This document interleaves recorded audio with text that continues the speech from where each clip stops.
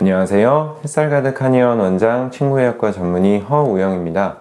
오늘 퇴근길 학교 시간에서는 여러분들과 함께 한의원 하면 떠오르는 질문들, 한의사 하면 궁금했던 것들에 대해서 가볍게 이야기를 나눠보는 시간을 가져볼까 합니다.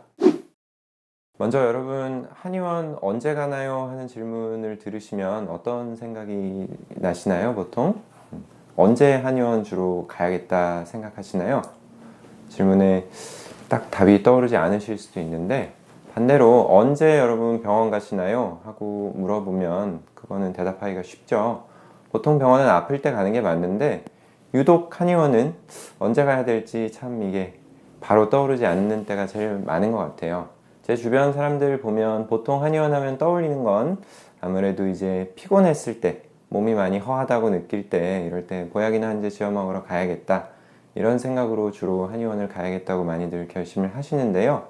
그래서 오늘 제일 먼저 말씀 나눌 내용은 도대체 피로가 뭔가, 피곤한다는 게 도대체 뭔지, 도대체 한의사는 보약을 뭘로 주는 건지, 어떤 약재가 도대체 몸에 좋다고 지어주는 건지, 이런 내용들에 대해서 간단하게 얘기를 나눠보도록 하겠습니다.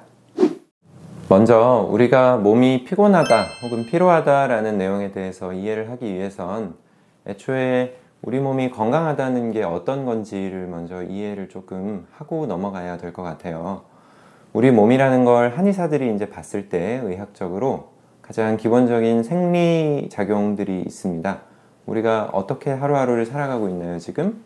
무언가를 먹고, 숨을 쉬면서 호흡을 하고, 먹은 것들을 이제 밖으로 배출하고, 아침에 눈을 뜨고, 밤에 자고, 이런 것들이 먹고 자는 것들이 가장 기본적인 인체의 하루 종일의 흐름이라고 이제 생각하실 텐데요. 먹는다는 것도 숨 쉰다는 것도 모두 다 외부의 에너지를 내 몸 안에 가져오는 과정들이고, 에너지를 섭취하고 남은 것들을 몸 밖으로 버리면서 우리는 그 에너지를 갈무리를 해가며 하루하루를 살아가는 겁니다. 그런 과정들이 가장 기본적인 건강하다고 하는 인체의 생명 활동일 텐데요. 내가 피곤해진다는 건 그런 과정들 중에서 무언가가 문제가 생기기 시작할 때 생기는 하나의 증상이라고 할 수 있습니다. 우리가 가지고 있는 에너지를 갈무리를 해서 쓴다고 말씀을 드렸는데요. 에너지가 제대로 쓰이지 않는 경우들이 어떤 경우가 있을지 한번 생각을 해볼까요? 예를 들어서 우리가 먹어서 에너지를 섭취해야 되는데 먹는 게 잘 안 된다. 그러면 몸 안에 영양분이 모자라지겠죠? 숨을 쉬는 게 잘 안 된다. 예를 들어서 요즘에 흔한 비염이나 밤에 주무실 때 코를 건다든지 이런 식으로 호흡 자체가 잘 안 되면, 혹은 감기에 걸려서 목이 부으셨을 수도 있고, 그런 문제들이 생겨서 호흡이 제대로 안 되면 몸 안에 산소가 모자라서 문제가 생길 겁니다. 잠도 마찬가지예요. 잠도 우리가 낮 동안 에너지를 써가면서 이제 생활을 했기 때문에 밤에 휴식을 취하면서 그걸 또다시 갈무리를 해주는 시간이 필요한데, 그 휴식 시간이 모자라지면 당연히 피로라는 게 누적이 되겠죠. 그래서 하루 종일 우리가 외부에서 가지고 온 에너지를 어떻게 사용하고 그걸 잘 보존해 가느냐, 그게 사실은 가장 중요한 한의사의 화두이자 여러분들이 건강해지도록 이제 한의사들이 노력할 때 가장 관심을 많이 가지는 부분입니다. 한의원에서 흔히 보약이라고 해서 처방을 할 때는 말 그대로 모자란 무언가를 보충해 줄 때 보약이라는 이름으로 약을 줍니다. 우리가 에너지를 아까 섭취하고 이제 흡수해가는 여러 과정들에 대해서 간략하게 설명을 드렸는데, 그거를 현대의학적으로 얘기하면 먹어서 섭취하는 건 소화 과정이 될 것이고, 숨을 쉬면서 섭취하는 산소로 인한 에너지는 호흡 과정이 될 거예요. 그런 소화나 호흡기계 쪽에 문제가 생긴다고 하면 당연히 이제 병이 생기는데, 그 중에서도 특히 들어와야 하는 에너지가 들어오지 않아질 때, 그때 우리가 보약이라는 개념으로 치료를 하게 되는 겁니다. 그래서 사실 말이 보약이지 광범위하게 얘기하면 이 역시 치료약의 일종이에요. 여러분들이 보통 보약이라고 하면 엄청 무언가 좋은 약재로 내 몸에 엄청난 에너지가 그냥 딱 먹기만 하면 들어올 거라고 생각들을 많이 하실 텐데, 막연한 이미지도 그럴 테고, 어쨌든 핵심적인 치료의 포인트는 그 환자분이 몸에서 에너지를 생성하고 갈무리하는 과정에 어디 부분이 문제가 있는지 그거를 꼼꼼하게 따져서 그 부분들을 개선해주면 그게 모두 다 넓은 의미의 보약이 된다고 할 수 있습니다.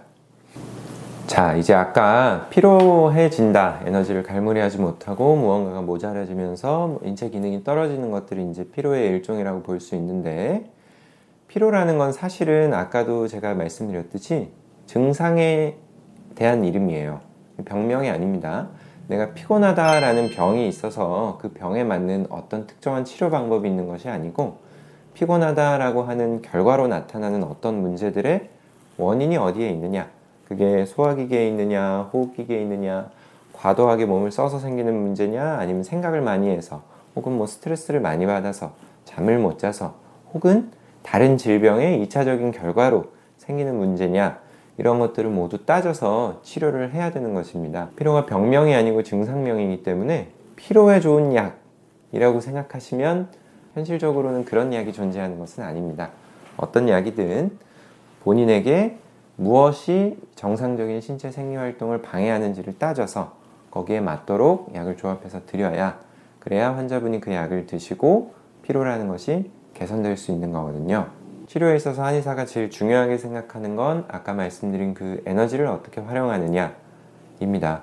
그걸 갈무리하는 방식들, 그거를 저장해가는 방법, 그걸 회복해가는 방법들이 한의사가 제일 궁금해하는 지점들이고, 그 부분에 대해서 어떤 약을 써야, 어떻게 침을 놔야, 혹은 어떻게 추나를 해야 환자가 정상적인 사이클로 돌아갈 수 있는지를 가장 궁금해해요. 병을 치료하는 건 사실은 의사가 하는 일은 아닙니다. 예를 들어서 여러분들이 수술을 하면, 수술을 해서 의사가 어딘가를 째고 다시 꼬매놓죠. 하지만 꼬매놓은 부분에 살이 아무는 건 본인의 몸이 하는 거예요. 의사가 옆에서 막 에너지를 불어넣어줘 가지고 기운으로 살이 아무는 게 아니라, 내가 가지고 있는 에너지로 바뀐 환경에 적응해서, 수술이라는 건 보통 커다란 뭐 덩어리를 째거나, 허리 같은 경우면 이제 인공 구조물들을 집어넣어서 기존에 문제가 됐던 부분들을 이제 개선해가는 이제 과감한 치료들인데, 그 상태에 내 몸이 적응해 가면서 내 몸의 회복력으로 병이 치료가 되는 거죠.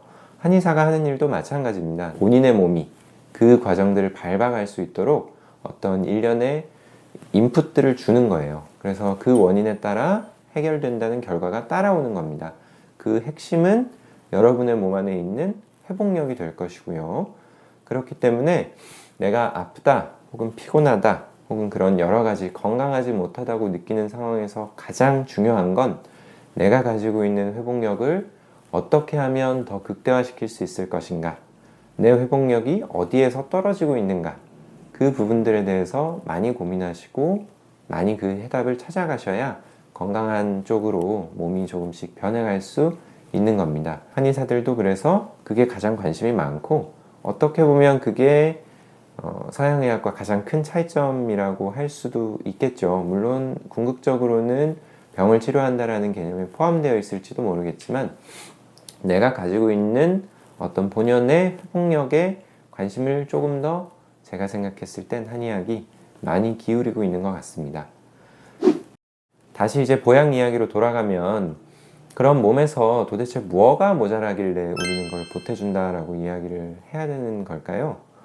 에너지가 모자란 것까진 괜찮은데, 옛날이야 뭐 영양이 모자랐으니 뭐 그걸 보충해 준다고 생각하면 이해하기가 쉬운데, 요즘 사람들도 먹기는 잘 먹지만 여전히 많이 피곤해 합니다. 그때도 보약이라고 이제 약을 주기도 하고, 아까 말씀드렸듯이 피곤해하는 원인을 잡고 치료하면 다 보약이기 때문에 무턱대고 보약이라고 얘기하는 것도 있지만, 진짜 의미에서의 보약이라는 건 한의학적으로는 크게는 4가지가 있어요. 내용이 조금 어렵지만, 첫째는 기허라고 불리는 것이고, 둘째는 혈허라고 불리는 것이고, 셋째는 양허라고 불리는 것, 넷째는 음허라고 불리는 것이 있습니다. 양약도 혈압약, 당뇨약 이렇게 종류별로 분류를 해놓듯이, 한약도 한약을 이제 전문 용어로 본초라고 하는데, 본초도 그 약의 가장 주된 작용에 따라서 이게 보양하는 약인지, 보음하는 약인지, 보기하는 약인지, 보혈하는 약인지 구분이 되어 있습니다. 진단에 따라서 약을 당연히 구분해 가는 것이겠죠. 그래서 한의사가 보통 맥을 탁 짚어보더니 얼굴을 보고 뭐 여러 가지 말들을 하면서 몸에 기가 화한 것 같습니다 라고 이야기를 하면, 그 그건 그 한의사가 환자분의 상태를 기허로 바라보고 있다, 기허로 변증하고 진단하고 있다 라는 이야기가 되는 겁니다. 기허는 사실 제일 이해하기가 쉬워요. 우리 몸에서 특정 부분의 기능이 떨어지는 걸 말하자면 기허라고 할 수 있습니다. 예를 들어서 내 소화력이 떨어진다.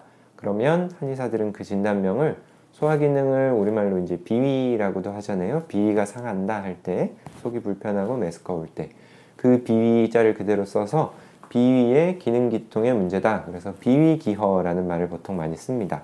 아까 숨 쉬는 것도 얘기했는데, 내가 숨이 딸리고 어릴 때부터 예를 들면 폐가 안 좋거나 폐렴을 앓았거나 혹은 요즘같이 코로나를 앓고 폐질환이 조금 있다.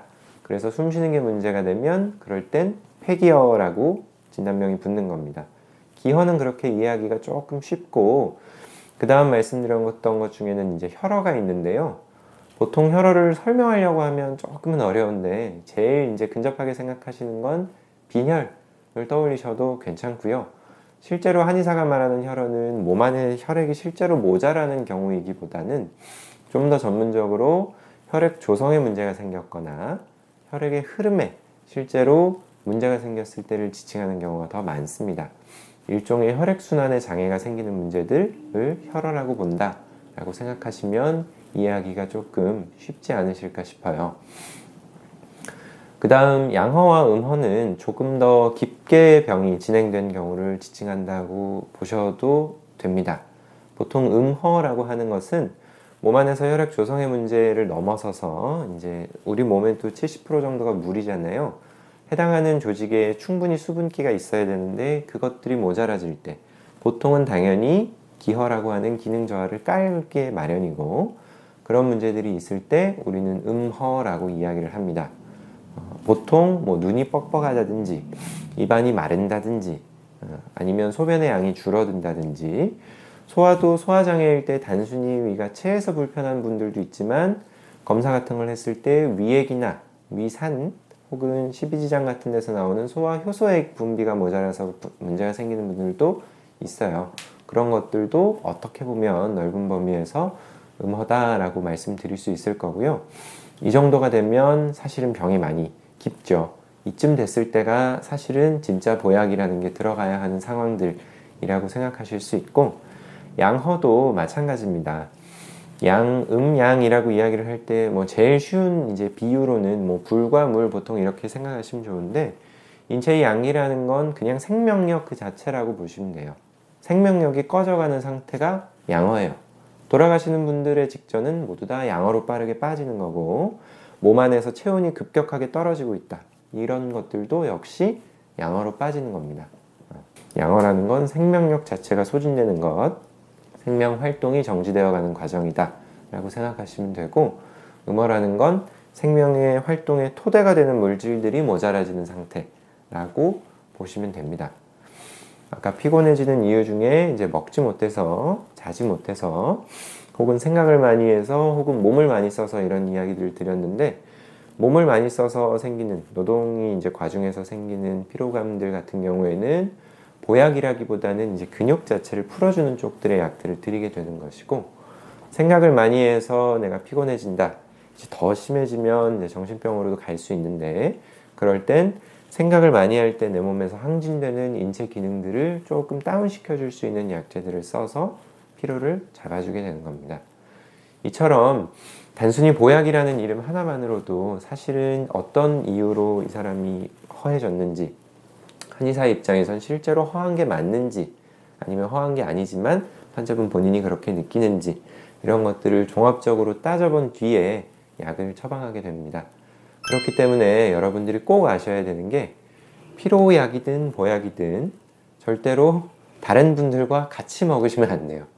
이 사람이 아픈 원인에 맞춰서 약을 처방했기 때문에, 이 사람이 못 먹어서 생긴 병이라고 진단하고 소화 쪽 약을 잔뜩 줘놨는데, 어머님은 예를 들어서 아까 말씀드린 것 중에 양허로 빠르게 빠지고 계시는 상태 피로다. 그럼 약이 전혀 맞지 않아요. 사이드가 일어날 수도 있고, 사이드가 일어나지 않지만 약을 먹어도 별 반응이 없을 수도 있습니다. 약은 언제나 나의 상태에 맞춰서, 이게 나에게 맞춤 약이라고 말씀을 드리면 굉장히 뭔가 신비로운 것 같고 대단한 무언가가 있는 것 같지만 그게 아니고, 과학적으로 해당하는 환자분의 병의 원인에 맞춰서 그냥 약을 지어드린다고 생각하시면 돼요. 양약도 마찬가지입니다. 혈압약을 줄 때 어떤 약을 줘야 될지, 환자가 어떤 기전에서 문제가 생겨서 혈압에 문제가 생겼는지를 보고 약을 뭐 2종류든 3종류든 혹은 단일 종류로 처방하는 것처럼 병의 원인에 따라서 약을 처방하는 거예요. 그게 한의학이라고 특별히 다르다기보단 모든 의학이 기본적으로는 그 정도 관점들을 가지고 있기 때문에 웬만하면 한약은 본인이 진찰 받아서 지은 건 본인만 드시기를 꼭 권유를 드립니다. 이게 참 당연한 말씀인데 혈압약을 나눠 드시진 않잖아요. 나도 혈압 있고 우리 아빠도 혈압이 있는데 아빠 혈압약을 내가 먹어도 될까를 고민하시는 분은 없는 걸로 압니다. 마찬가지로 한약도 나한테 맞는 약이면 다른 사람하고 나누지 않으셨으면 좋겠습니다. 일단 잠깐 조금 어려운 얘기를 했으니까 조금 쉬운 얘기로 하나 드릴 얘기가, 한의원 가면 보통 이제 금액적인 문제들 때문에 고민들을 많이 하시는데 한제가 도대체 뭐냐 이런 것들을 궁금해 하시는 분들이 꽤 있더라고요. 원래 용어 그 자체로 한제라는 것의 뜻은, 저도 이제 그 세대는 아니지만 옛날에는 집에 이제 약탕기, 작은 도자기로 된 이제 약탕기가 있고 한약방이었죠. 옛날에는 한의원이기보단 의사가 처방해 준 대로 약을 종이 같은데 포장을 해줍니다. 한 번 달여 먹을 양을 한 번 달여 먹는 게 한 그릇 양이 나오는 거예요. 그걸 포장해서 주는 걸 한 첩이라고 했습니다. 옛날 말로. 그래서 하루에 2첩으로 한 번 내리고 마지막에 재탕해서 총 3팩을 내는 겁니다. 요즘 말로 하면 3그릇을. 그렇게 포장해 놓은 첩 자체를 20개를 주는 걸 보통 한제라고 관례적으로 불렀어요. 옛날에. 그러다 보니 20첩이니까 원래 정확하게는 열흘분이 한제였던 거고요. 하루에 2번씩이니까. 그거를 요즘은 하나씩 드리지 않습니다. 옛날엔 약을 한꺼번에 다릴 도구가 없었다기보다는 다려놓은 약을 보관할 방법이 없었어요. 그렇기 때문에 그때그때 다려 먹었던 건데, 요즘은 우선 당장 진공 포장이 가능하기 때문에 다려놓은 약을 보관하기가 쉽고 냉장고에 보관하면 되기 때문에 한 번에 많이 다려서 처방을 하게 됩니다. 이렇게 요즘은 보관이 용이하고 이제 다려내도 대량으로 다리기가 훨씬 수월해졌기 때문에 옛날 방식의 한제두제도 이제 한의사들이 익숙하기 때문에 사용하는 방식이긴 하지만 이게 며칠분의 약인지를 먼저 살피시는 게 더 맞으실 거예요. 그래서 한제가 얼마예요? 라고 사실 물어보시는 것보다는 한 달이 얼마예요? 라고 물어보시는 게 더 낫고, 하루에 어느 정도 금액을 하는지를 대충 계산하시는 게 보통 더 수월하실 겁니다. 참고로 보약을 도대체 얼마나 먹어야 될까요? 이게 또 정말 많이들 궁금해 하시는데요.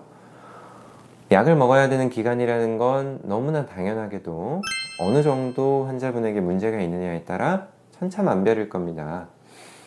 가장 쉬운 예니까 계속해서 말씀드리면, 내가 뭘 잘 못 먹어서 병이 생겼다 라고 치면 내가 한 이틀 굶어가지고 약을 그걸로 이제 치료한다, 몸이 허해진 걸, 이건 정말 짧게 치료가 되겠죠. 밥만 먹어도 치료가 될 거고.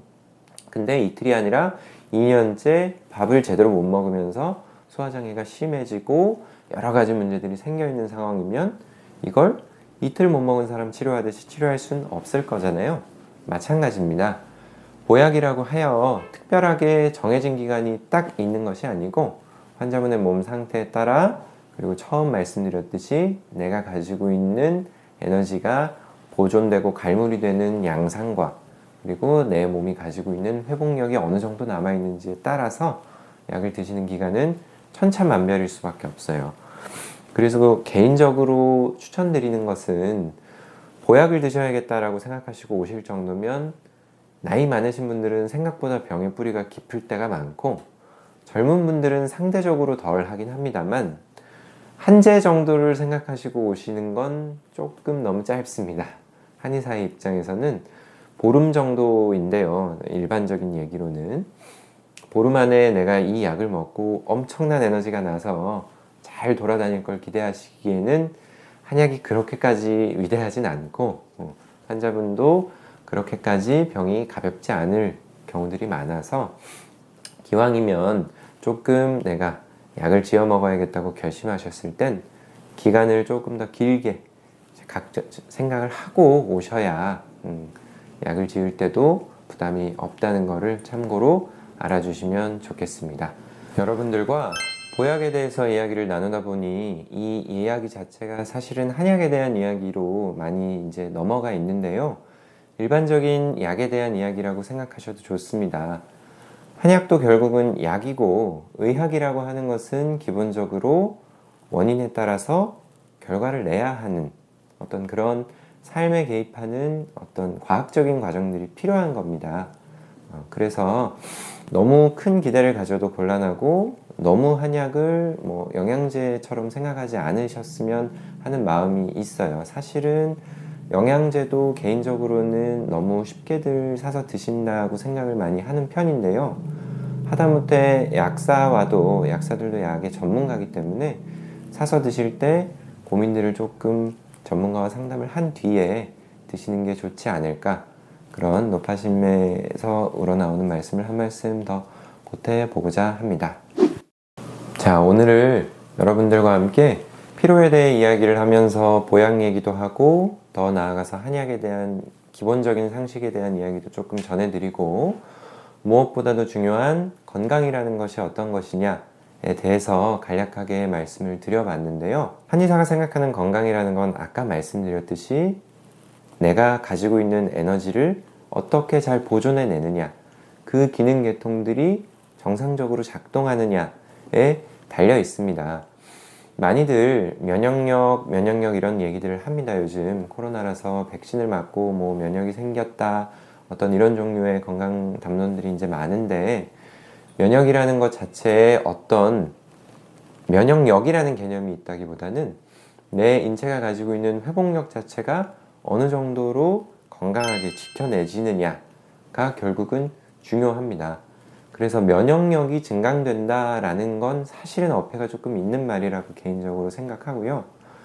면역이 생기는 것이지 어떤 특정한 바이러스에 대해서, 여러분들도 건강이라는 것에 대해서 고민을 해보실 때 내가 가지고 있는 것 중에 어디가 문제가 돼서 내 몸에 문제가 생기고 있는 것인지 조금은 더 관심을 가지고 조금 더 과학적인 생각들로 접근을 해보셨으면 좋겠습니다. 사실 정말 건강한 비법이라는 게 어렵지는 않아요. 문제는 실천하기가 정말 어려울 뿐입니다. 한의사의 입장에서 이제 옛날 책들을 보면 양생이라고 하죠. 건강하게 사는 방법들, 도인처럼 살 수 있는 방법들에 대해서 특히나 동요보감 같은 경우는 앞쪽에 내용들이 많이 나오는데, 그건 말 그대로 이상을 설정해 놓은 거예요.